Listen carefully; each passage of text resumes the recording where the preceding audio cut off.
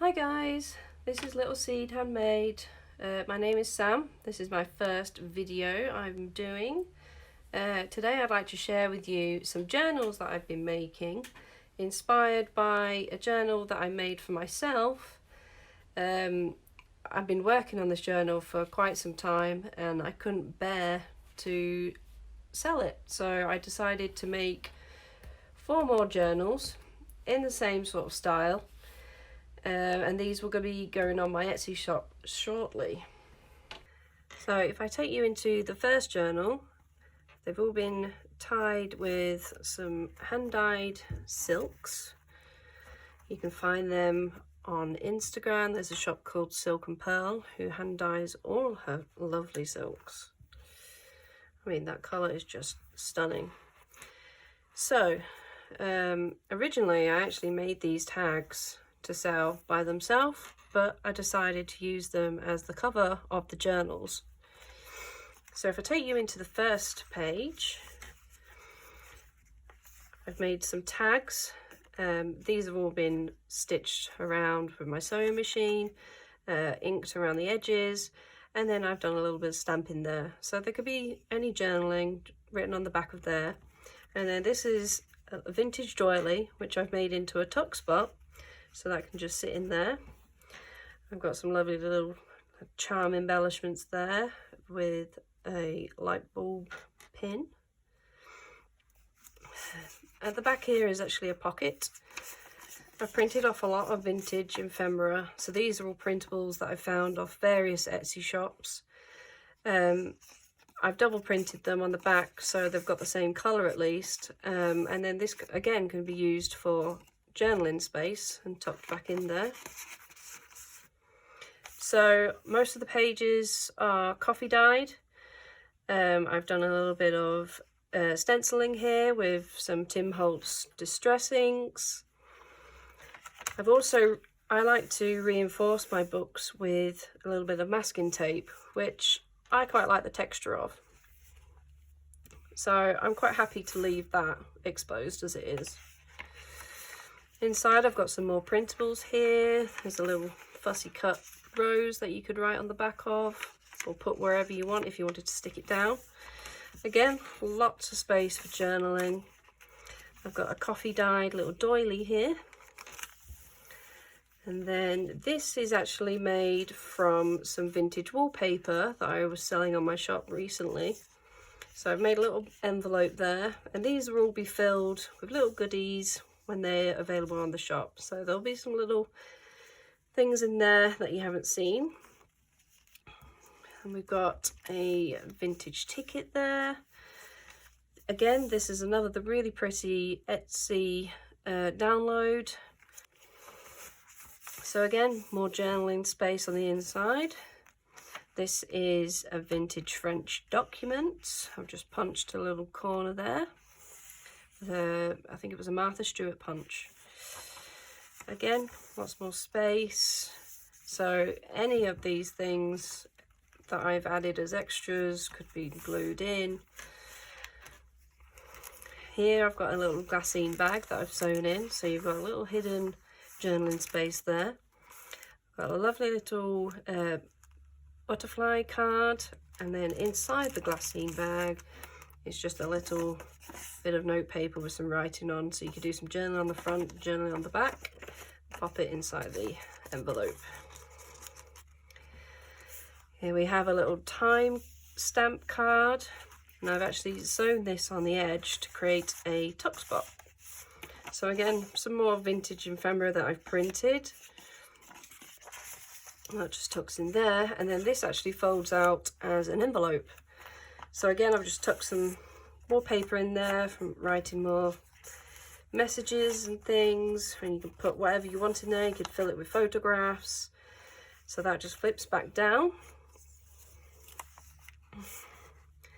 On this side, I've left more journaling space. This is actually just some grid paper that I've tea dyed again. I've added some little snippets in the corner, so a button and some cheesecloth that I've dyed, and then obviously a snippet of newspaper. Inside here I've made another pocket, and this is actually a double pocket because I've created a pocket at the bottom with some lace, so anything could be slid into there as well. Again, we've got some more digital vintage ephemera. I love this one purely because of the colour, and again I've double printed it on the back so the paper looks matching basically. This is another really pretty image, a little bee hive there. And as we turn the page, I've got some more, lots of space there. Of course, there's some lovely vintage music sheet there. I've created a little journaling card here with some vintage writing on, and then I've covered the back with some textured paper and done some stamping and more sewing.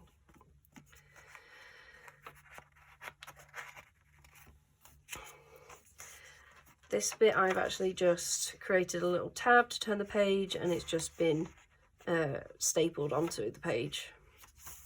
So this is the middle of your journal, so it is one signature. It's been pamphlet stitched in the centre. Again, made some more tags. This one I haven't punched a hole in, but you could do if you like. Space for journaling, and this I've just stuck down some seam binding and then just run it through my sewing machine just to create that little frilled edge.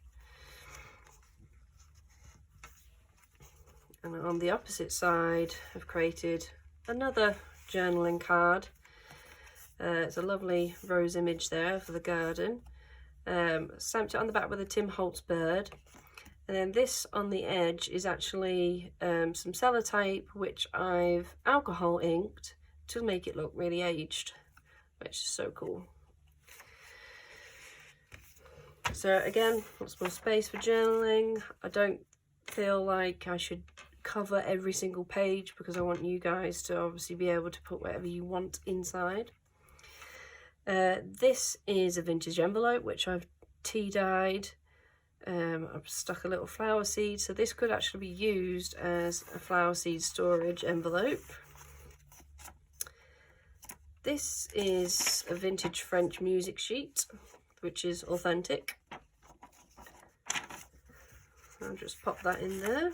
But you, like I said, you could put some seeds from your garden in there, or some pressed flowers, which would be really cool. This is a little flip out. It's actually a flower seed vintage invoice, which is a printable again. And then this is a lovely vintage fabric from my own collection, which is actually designed to flip up so you can do some secret journaling here and you can pop it back down. More punching there with some decorative punches. In here I've taken this gorgeous little girl's photograph. I've backed it on the with some cardstock on the back to make it nice and sturdy.